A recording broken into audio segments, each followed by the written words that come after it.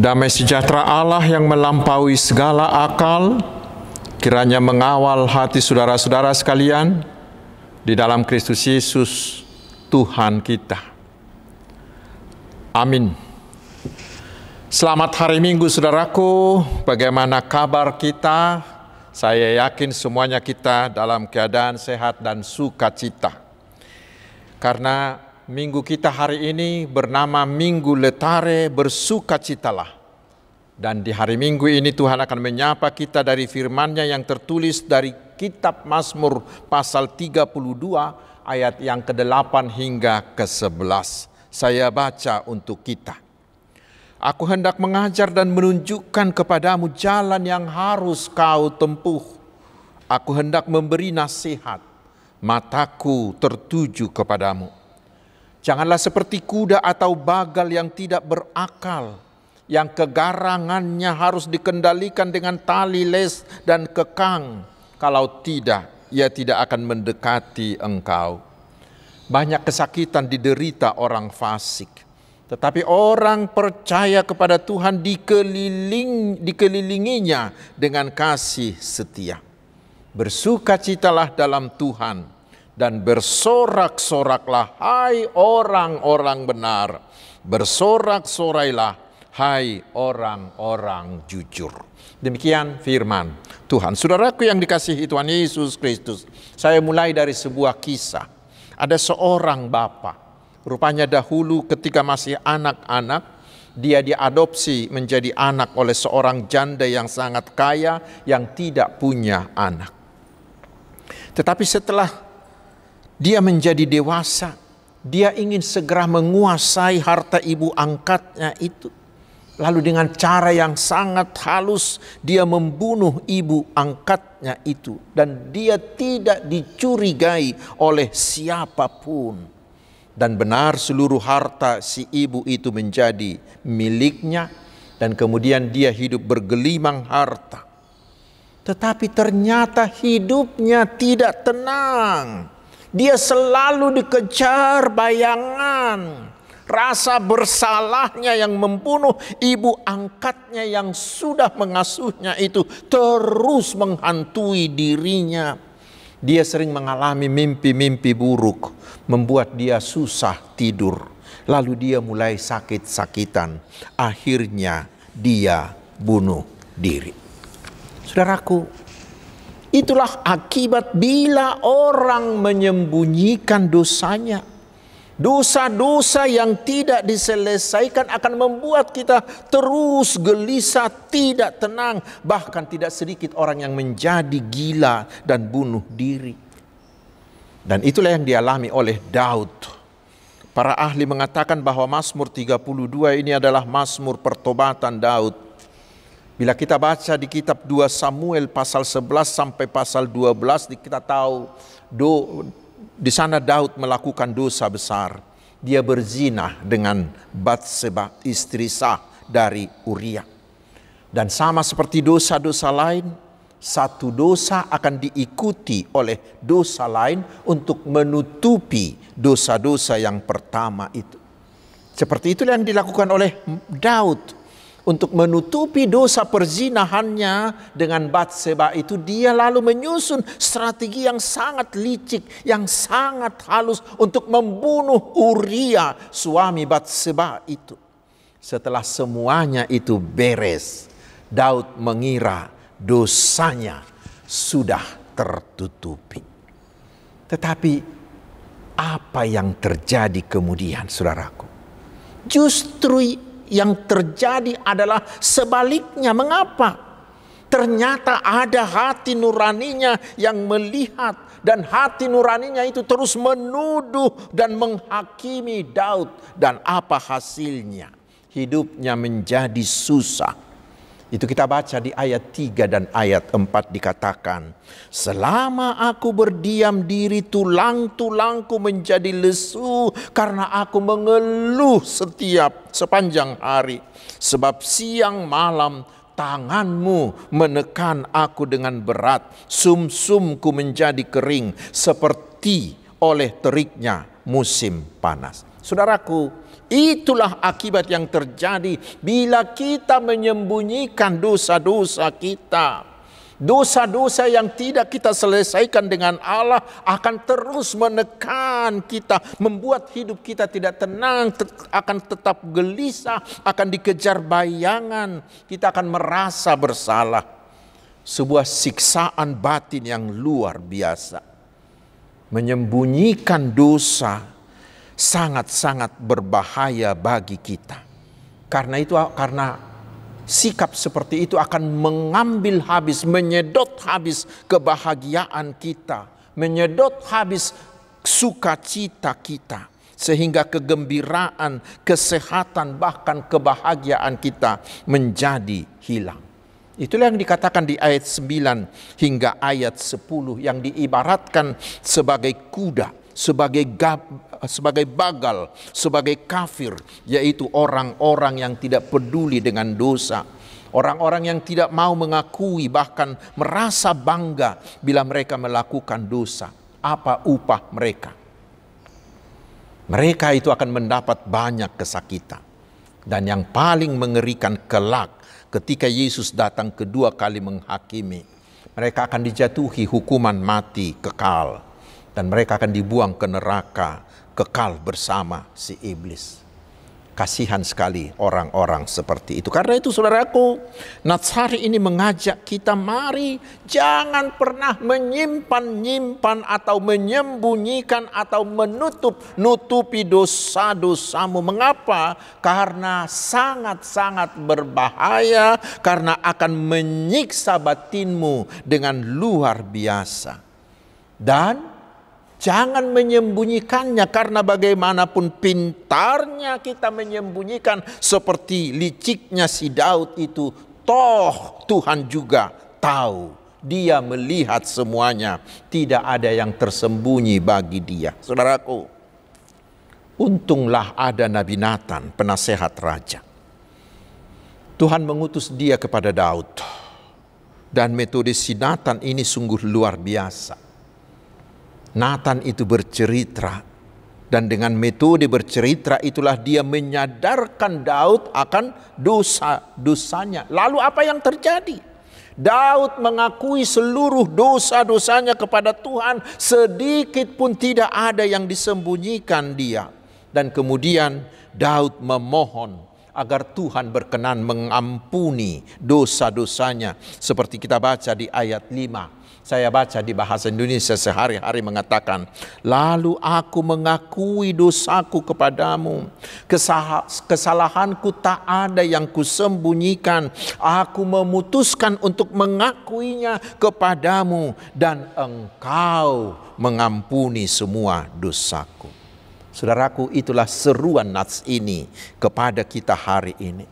Sama seperti yang dilakukan Daud di akhirnya, mari akuilah dosa-dosamu di hadapan Tuhan. Jangan sembunyikan, jangan simpan sedikit pun. Tetapi mari beberkan semua, sampai hal yang sekecil-kecilnya, sampai dosa yang sedetil-detilnya. Mungkin memang kita sendiri akan merasa malu untuk membeberkannya, untuk memberitahukannya, karena mungkin dosa-dosa kita itu sangat memalukan. Tetapi saudaraku, mari bongkar semua, akui semua. Lalu ini yang perlu juga, mintalah keampunan dari Tuhan Yesus. Tetapi di ayat 2 dan ayat 11 dikatakan, semuanya itu kita lakukan dengan kejujuran dan tidak menipu sedikit pun. Bila demikian saudaraku, apa hasil yang akan kita peroleh? Mari kita baca dan hafalkan ayat ini di Yohanes 1 ayat 9. Yohanes 1 ayat 9 mengatakan, jika kita mengaku dosa kita, maka Ia Allah adalah setia dan adil, sehingga Ia akan mengampuni segala dosa kita dan menyucikan kita dari segala kejahatan. Kita diberi kepastian Tuhan Yesus pasti mau mengampuni dan menghapuskan dosa-dosa kita. Karena Tuhan Yesus sangat mengasihi kita, sehingga Dia rela memberikan nyawanya, dengan menderita di kayu salib, menggantikan kita, menanggung semua derita akibat dosa kita, untuk menebus kita dari genggaman dosa dan genggaman si iblis. Dan barang siapa yang percaya dan menerima Tuhan Yesus itu menjadi juru selamatnya dan mau melakukan perintah-perintahnya, pasti saudaraku, pasti dosa-dosanya dihapuskan oleh Tuhan Yesus. Tuhan Yesus akan mengambil semua dosa-dosa kita itu dan membuangnya.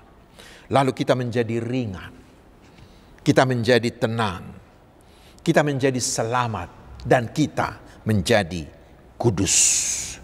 Ibarat sampah atau ibarat beban, bila kita mau mengakui dosa kita, meminta keampunan dan percaya kepada Tuhan Yesus, maka sampah-sampah kita dan beban-beban kita itu dibuang oleh Tuhan Yesus. Dan kelak ketika Tuhan Yesus datang kedua kali untuk mengadili seluruh dunia ini, Dia membenarkan kita sehingga kita tidak diadili lagi. Dia sudah membenarkan kita sehingga kita tidak dihukum lagi. Dengan iman percaya kita kepada Tuhan Yesus, maka Tuhan Yesus telah memberikan kita tiket gratis untuk memasuki surganya kelak. Enak sekali, bukan? Saudaraku, bukan hanya itu. Ternyata bila kita mau mengakui dosa kita, kita akan memperoleh banyak kenikmatan dan juga keuntungan. Mari kita baca di ayat 1 dan ayat 2 dari pasal ini, dikatakan di sana. Berbahagialah orang yang diampuni pelanggarannya, yang dosanya ditutupi. Berbahagialah manusia yang kesalahannya tidak diperhitungkan Tuhan dan yang tidak berjiwa penipu. Apa artinya? Orang yang diampuni dosanya akan menjadi orang yang sangat berbahagia. Ya, pasti. Karena orang seperti itu akan menerima hidup kekal. Orang yang mengakui dosanya juga berbahagia karena hidupnya menjadi tenang, tidak lagi dibebani oleh beban-beban masa lampau yang kelam. Tidak ada lagi perasaan bersalah, tidak ada lagi mimpi buruk, tidak ada lagi depresi, tetapi hidupnya akan tenang. Langkahnya menjadi ringan. Hubungannya dengan semua orang menjadi harmonis, terutama hubungannya dengan Tuhan. Pokoknya dia hidupnya penuh bahagia. Dan berikutnya saudaraku, di ayat 6-11 dikatakan, doanya akan didengarkan Tuhan. Bila dia dalam kesesakan, Tuhan akan segera menolongnya. Bahkan dikatakan Tuhan akan menyembunyikannya di dalam tangannya. Tuhan akan menyelamatkan dia. Tuhan akan terus menuntun dia sehingga dia tahu jalan yang harus ditempuhnya. Dia tidak akan kehilangan arah, tidak akan kehilangan orientasi hidup. Dia tidak akan pernah tersesat lagi. Dengan singkat saudaraku, siapa dari kita yang ingin hidupnya bahagia, yang hidupnya tenang, ringan, dia tahu kemana arah hidup, yang dapat mengalami sukacita dalam segala keadaan. Siapa dari kita yang ingin hidupnya mampu menghadapi segala macam kesulitan? Kuncinya hari ini saudaraku adalah akuilah dosa-dosamu dengan jujur kepada Tuhan Yesus. Minta keampunan dan percayalah kepada Tuhan Yesus yang telah menebus dosa-dosamu. Lalu andalkan Tuhan Yesus dalam seluruh kehidupanmu. Karena itu saudaraku, jangan pernah menutup-nutupi dosamu. Jangan menyimpan-nyimpan dosamu. Jangan membiarkan dirimu tetap dikuasai, dibebani oleh dosa itu. Jangan memberi dirimu tetap hidup di dalam dosa. Karena hidup seperti itu sungguh-sungguh mengerikan.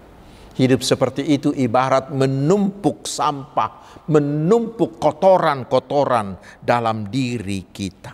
Dan Jangan juga menyimpan dosa atau kesalahan orang lain dalam dirimu dengan dendam, dengan iri hati, dengan keinginan untuk membalas. Itu juga sama dengan menimbun sampah-sampah, dengan menimbun kotoran-kotoran orang lain di dalam dirimu. Saudaraku, itulah sukacita kita hari ini sesuai dengan nama minggu kita, Letare, bersukacitalah, yang diambil dari Mazmur 66 ayat 10b. Kita bersukacita karena Tuhan kita, Tuhan Yesus adalah Tuhan yang Maha Pengasih. Di dalam Tuhan Yesus sudah tersedia keampunan segala dosa, bagaimanapun besarnya, bagaimanapun merahnya, bagaimanapun jahatnya, bagaimanapun kotornya, semuanya itu akan diampuni bila kita mau bertobat, mau mengaku dosa, mau meminta ampun, dan mau percaya kepada Tuhan Yesus. Lalu kita menuruti firman-Nya. Bahkan di epistel yang sudah kita dengar tadi, Tuhan Yesus berkata, "Aku berkata kepadamu, demikian juga akan ada sukacita di sorga, karena satu orang yang berdosa yang bertobat lebih daripada sukacita karena 99 orang benar yang tidak memerlukan pertobatan." Sangat-sangat besar sukacita di sorga bila kita mau bertobat. Jangan ragu-ragu saudaraku, jangan segan, jangan malu bila dosamu sangat-sangat besar. Dosa yang merah bagaikan kermizi, dosa yang jahat bagaikan kain kesumba akan Tuhan jadikan menjadi putih seperti salju, putih seperti kapas. Yesaya 1 ayat 18. Dan Tuhan akan membuangnya ke tubir-tubir laut. Mika 7 ayat 19. Mengapa? Karena Allah sangat mengasihi kita, sehingga Dia mau memberikan Tuhan Yesus anaknya yang tunggal, supaya setiap orang yang percaya kepadanya tidak binasa, melainkan beroleh hidup yang kekal. Yohanes 3 ayat 16. Karena itu jangan sia-siakan kesempatan ini. Datanglah agar dosamu dihapuskan. Hidupmu menjadi tenang, hidupmu menjadi berbahagia, dan terutama engkau menjadi orang yang dibenarkan oleh Tuhan. Amin. Mari kita berdoa.